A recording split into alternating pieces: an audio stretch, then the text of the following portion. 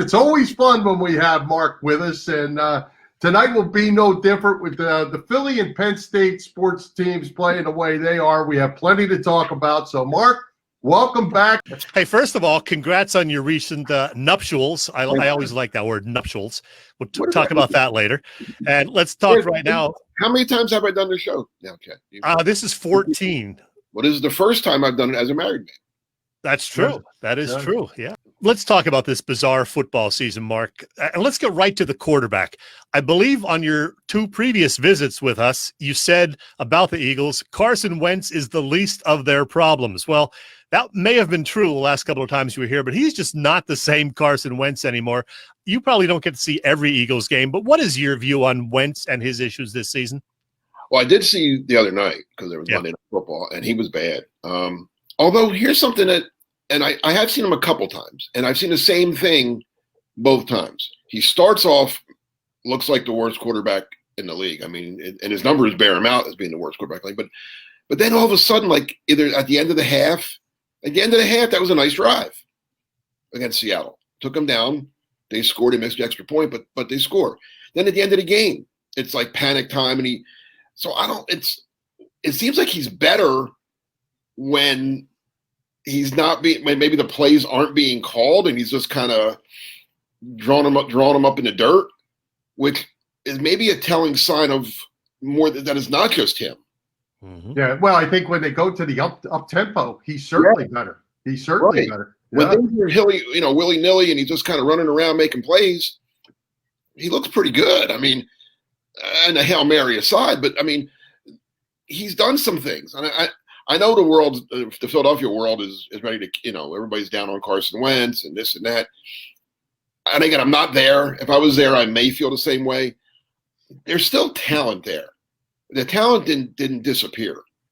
I don't like the fact that, every year they give him a new offensive coordinator, a new coaching staff. That's not good for any quarterback. And this year, I don't know what the heck they did. I mean, 31 teams in the league have an offensive coordinator. Right. The Eagles, for some reason, decided, no, we're smart. See, we're smarter than everybody else. We're going to bring in like 8 different offensive coaches, give them all fancy titles, and nobody knows what the hell they're doing. Right. I mean, what made them think that was going to work? Well, Mark, I thought in watching that Monday night game and with the 2 analysts, I thought they super analyzed every play. I think probably more than any game you ever watched, maybe to a detriment. But anyway, how many times did they show no receivers open?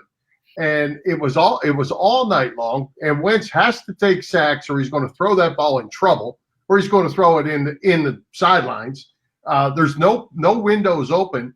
And then on the Goddard play, Goddard ran his hook into the defender instead of away from the defender. And Wentz looks like the village idiot because he threw to a wide open defensive back when the tight end turned the wrong way. Yeah, so I mean, listen, I'm not going to come out here and say everything's fine with Carson Wentz. No, a lot of it is him. He's not doing some, and sometimes you do have to throw the ball away. Throwing it to the sideline is better than taking a 9-yard loss, or throwing an interception. I mean, he does lead the league in fumbles. He leads the league in interceptions. He leads the league in getting sacked. They're not good numbers. That's not what you want to lead the league in. So yes, a lot of it is on him.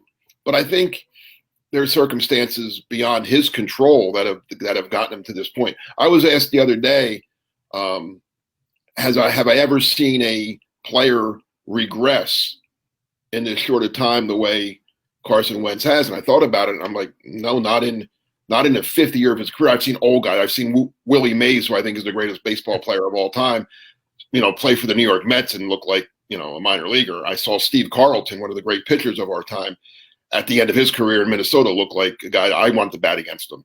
Yeah. But a guy in his 5th year shouldn't look like this. But I also responded by saying I haven't seen a coach regress as much as Doug Pederson has in 3 years. He's not the same guy that coached the Eagles to a Super Bowl 3 years ago.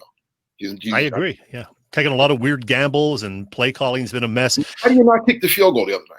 Oh, ridiculous. Unless you made no sense. Had 6.5. Right. I think that game was fixed. I really, and I'm not a conspiracy guy. That game was fixed. Well, did you see the guy who made a $500,000 bet and he would have won, $454,000 with the win, and then the Eagles get the Hail Mary touchdown and the 2-point conversion? He's out $500,000. Yeah, I didn't bet that much, but okay. Mark, I went back and I checked out your last visit with us from April, right before the draft, and you told us your top 3 receivers were CeeDee Lamb, Jerry Jeudy, and yes, Jalen Reagor. And you actually recommended the Eagles take Reagor at 21, which they did right before Justin Jefferson went to the Vikings. You liked Reagor, but he's been pretty average so far. Do you still think he's going to pan out? Yes. I mean, I recommend him to the Eagles now, and I'm not an Eagle fan, remember? So I recommend the Eagles. Sabotage. I'm telling you what I thought the Eagles would do, and I was right. I'm a reporter. I'm not a scout. I'm a reporter. But I know Reagor's going to – listen, he was hurt early. Look up now, who, in my opinion, Mike Quick's the greatest Eagle receiver of all time. Harold Carmichael right there, going way back, Tommy McDonald, I don't remember. Mike Quick's great. Look up Mike Quick's rookie year. Didn't do much. Yeah. If we were doing these kind of things back in whatever year that was, we'd probably say, oh, this Quick guy, I don't know. Yeah, same with Carmichael. Carmichael didn't do much either. Okay, yeah, I didn't really. Okay, so there you go. Yeah. I'm not one to ever discuss a rookie. If a rookie's doing great, I'll say, hey, he's doing great, good for him. But some of them tail off after. Reggie Brown had a great rookie year. People thought he was going to be the next superstar, and 2 years later, he was out of football, I think. So Reggie Brown, yeah. You know what I'm saying? So I don't want to judge. I don't like judging draft classes until they're at least their 3rd year to see where they really are. Yeah. But to answer your question, yeah, I think Reagor, is he going to be an all-pro every year? I can't say that, but I think he'll be a good wide receiver. Well, Mark, I always believe that the game is still won in the trenches as an old offensive line coach. When the Eagles won a Super Bowl, they went through an entire season basically with the same healthy offensive line. They haven't had that since. And what did they say the other night? 10 starting offensive combinations? In 11 games, yeah. In 11 games. I don't see how you're going to win with that. Then take the wide receiver situation, Zach Ertz being hurt. And I'm with you on Doug, but I just don't know how you win when you're shuffling offensive linemen all over the place. And the ones you have are now old. Right. And well, the way you win is you try to win every game 13-10, but it's hard to do that in the NFL today when everything is catered to the offense. And let's be honest, the Eagles defense I thought played very well the other night. Yeah. Now, obviously they haven't been that good every week, but to answer your question, how do they win? That's how you try to win. You hold the other team down and hope or call some turnovers, get the ball. I mean, that's the other thing. The Eagles, I don't know what their plus minus is, but I'm sure it's a big minus, right? Plus minus in turnovers. Yeah, it's definitely. They turn it over way more than they cause turnovers. No, they only have 3 takeaways, I believe. Wentz has way more than that in fumbles. Exactly. That's to me, that's how you lose games. I mean, if you look it up, I would say it's probably I think I saw a stat on that. It's 80-some%. The team with the least amount of turnovers in the game wins the game. Hey, Mark, as the ESPN crew pointed out Monday night, the Eagles drafts since 2013 have produced exactly 1 Pro Bowl player, Carson Wentz. Now, I know Chip was in charge for a year or 2, but what does that say about Howie Roseman as a talent evaluator? He's terrible. I mean, that was amazing watching that game. And, Louis Riddick, Howie fired Louis Riddick. Yeah, I know. As part of that, I mean, listen, I loved it. I loved hearing Howie get tortured. But there is some, and not only did Howie fire Louis Riddick, he got Louis Riddick on ESPN, not on purpose. He didn't do him a favor, but he kind of badmouthed, from what I've been told, he badmouthed Louis Riddick all around the league for whatever. That's how Howie is. He's just a bad person on top of being a bad GM. He ruined Louis Riddick's NFL scouting career. It's why he's never gotten back into the league. He good for him. He's doing a good job on ESPN. He's probably making more money doing that. But so I think Lewis was waiting for this. I think Lewis was like, okay, I finally get a chance to get even here a little bit. It's funny. I didn't know any of that. But I was going to say to you, did it sound, because I wasn't thrilled with the broadcasters as it was in this game, but it almost seemed to me like Riddick was politicking for the GM job. I thought during the show, it was kind of crazy. He was more getting you. I think it was more of, I'm going to get this guy. It took me all these years, but I'm going to get him. Wow. Wow. Well, Mark, I'm going to show the standings here in just a second. And I want to mention the Birds are no longer in first place. Their next 3 contests are road games in Green Bay and Arizona, sandwiched around a home game against the Saints. That is a tough stretch. Can they win any of those next 3 games? They can, sure. I mean, any game's winnable. I would think the Saints at home without Drew Brees is probably their best chance. Although the Saints always beat them, so that's not a – although it's usually in New Orleans for whatever reason. But you know what? And I said this a month ago, and nothing's happened that's going to change my mind. It hasn't changed my mind yet. 5 wins. If the Eagles lose the next 3, they'll be underdogs in all 3, right? So they'll be so let's do 3-10-1. But then they beat the Cowboys and then Washington. Yes. Yep. And go 5-10-1. That might be good enough. And if they steal one of those games, the Arizona or the Saints game, I think. Yeah, I mean, but even at that, they're going to sneak in. If they go 6-9-1, they're in. Yeah, you're probably right. I'm serious. I mean, it's sad to say, but everybody's putting the Giants in, right? Oh, the Giants are going to look at the Giants. Have you seen the Giants schedule? And they got a hurt quarterback now, so. Well, even if he was healthy, they have Arizona. They're not beating them. They have Seattle in Seattle. They're not winning that game. Nope. And I believe they have Arizona, Cleveland, and Baltimore. They're not winning any of those games. Right? They have the Cowboys the last game. So I don't see them getting more than 5. Right. Washington has I'm telling you, 5 wins will win that division. I'm not saying Eagles will get to 5. They still have to win 2 to get to 5, but 5 is going to win the division. That's terrible. That's Mark, I'm going to step in and say no. What did you think? You mentioned about the defense playing pretty well. I thought they did too, but at the end of the day, Darius Slay got torched. And he took full blame, credit, whatever, for the torching. Pretty good scheme by Jim Schwartz, and the defensive front played real well. They just couldn't stop Metcalf, and that kind of ended up being the undoing. It's funny. I saw Schwartz's comments today. I guess he talks to the media on Wednesdays, and he said, and I kind of, it was interesting. He said, I guess they asked why he didn't give help.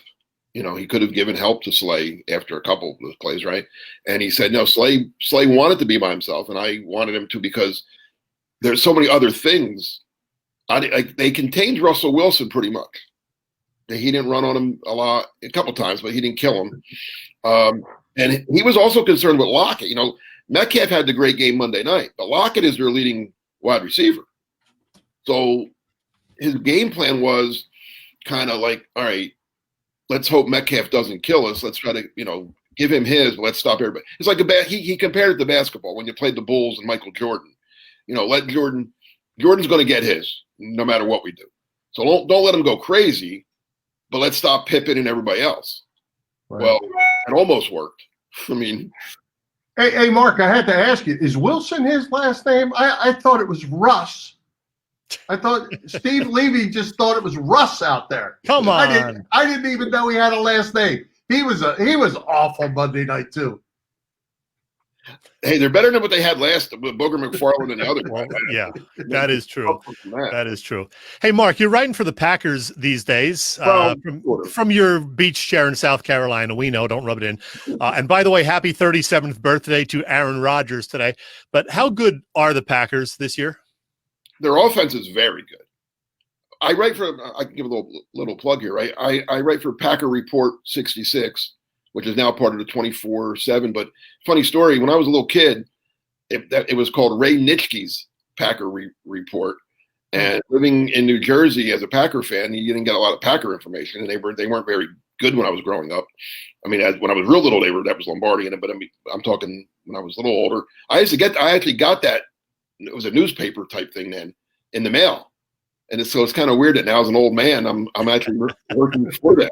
And it's a bunch of young kids that do a great job. They really do. They're all like in their 30s or maybe 40. I don't know. But they work hard, and they brought me aboard to be the old man, I guess, to give them like, I don't know, a historical perspective. But well, you qualify as an old man, yeah. I do. I'm not as old as you, but I'm old.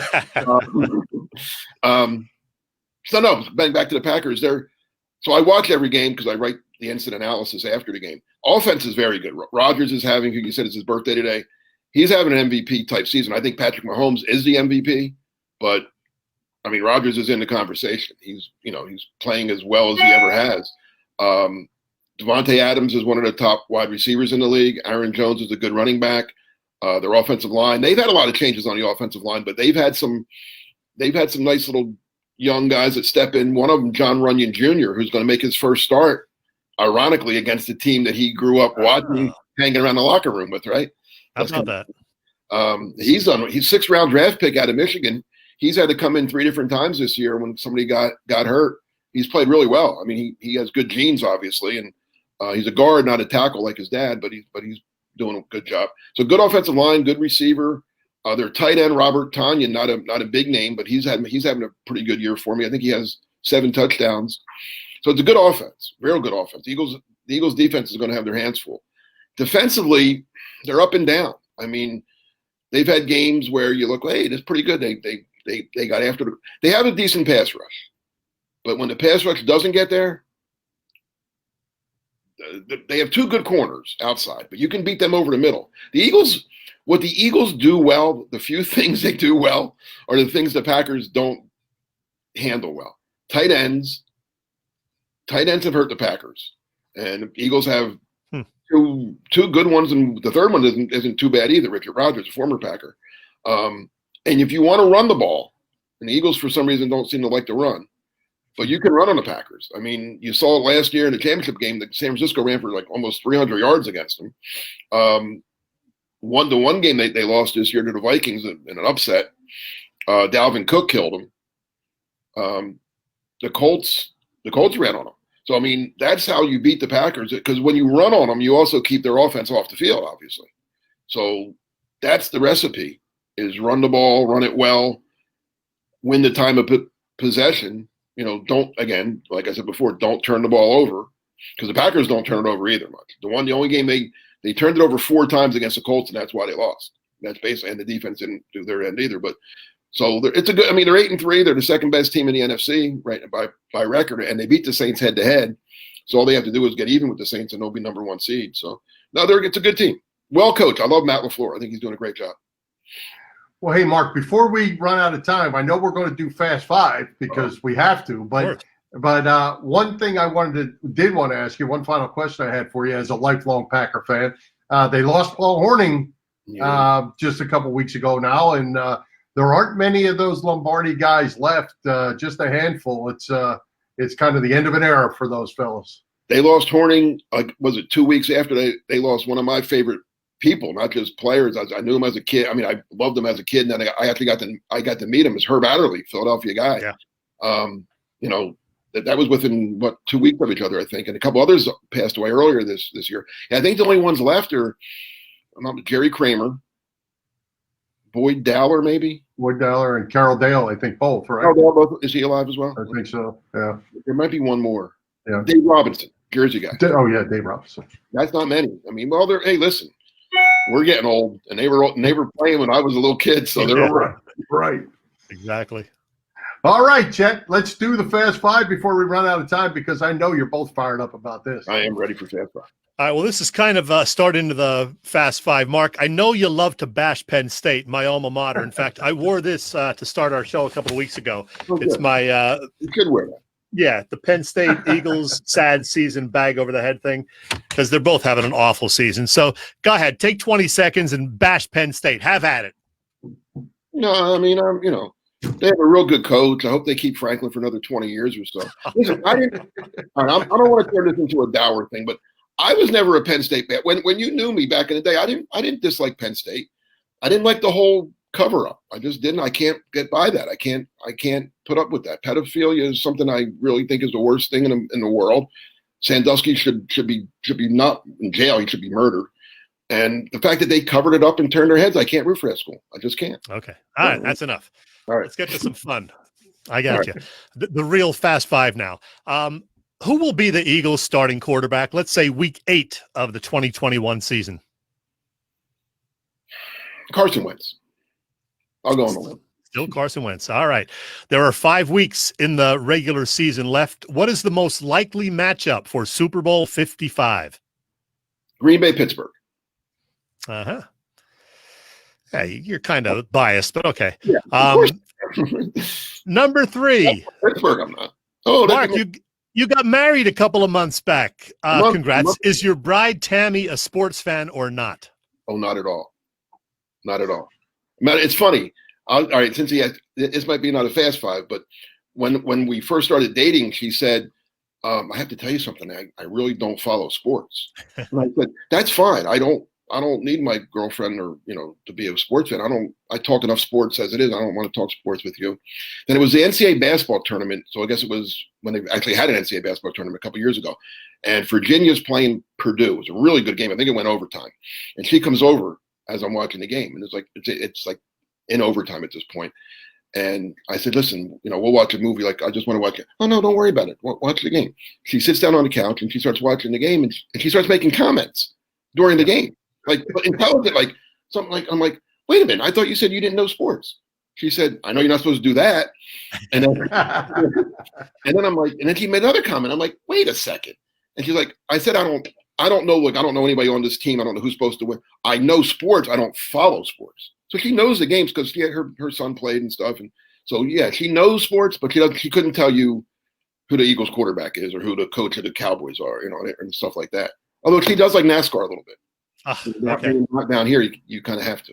Yeah, I understand. Number 4, Mark, it is December. The holidays are fast approaching. What would the best gift be for a Philadelphia sports fan? Re-signing JT Ronaldo, but that's not going to happen, right? So that would be a nice gift. That would be the gift. That would be a real nice gift. From an Eagle fan, Jeffrey Lurie cleaning house. I kind of agree, actually. All right, finally, how do you feel about Christmas music, Mark? And do you have a favorite holiday tune? Ooh. I like Christmas music, but not now, not yet. It's December.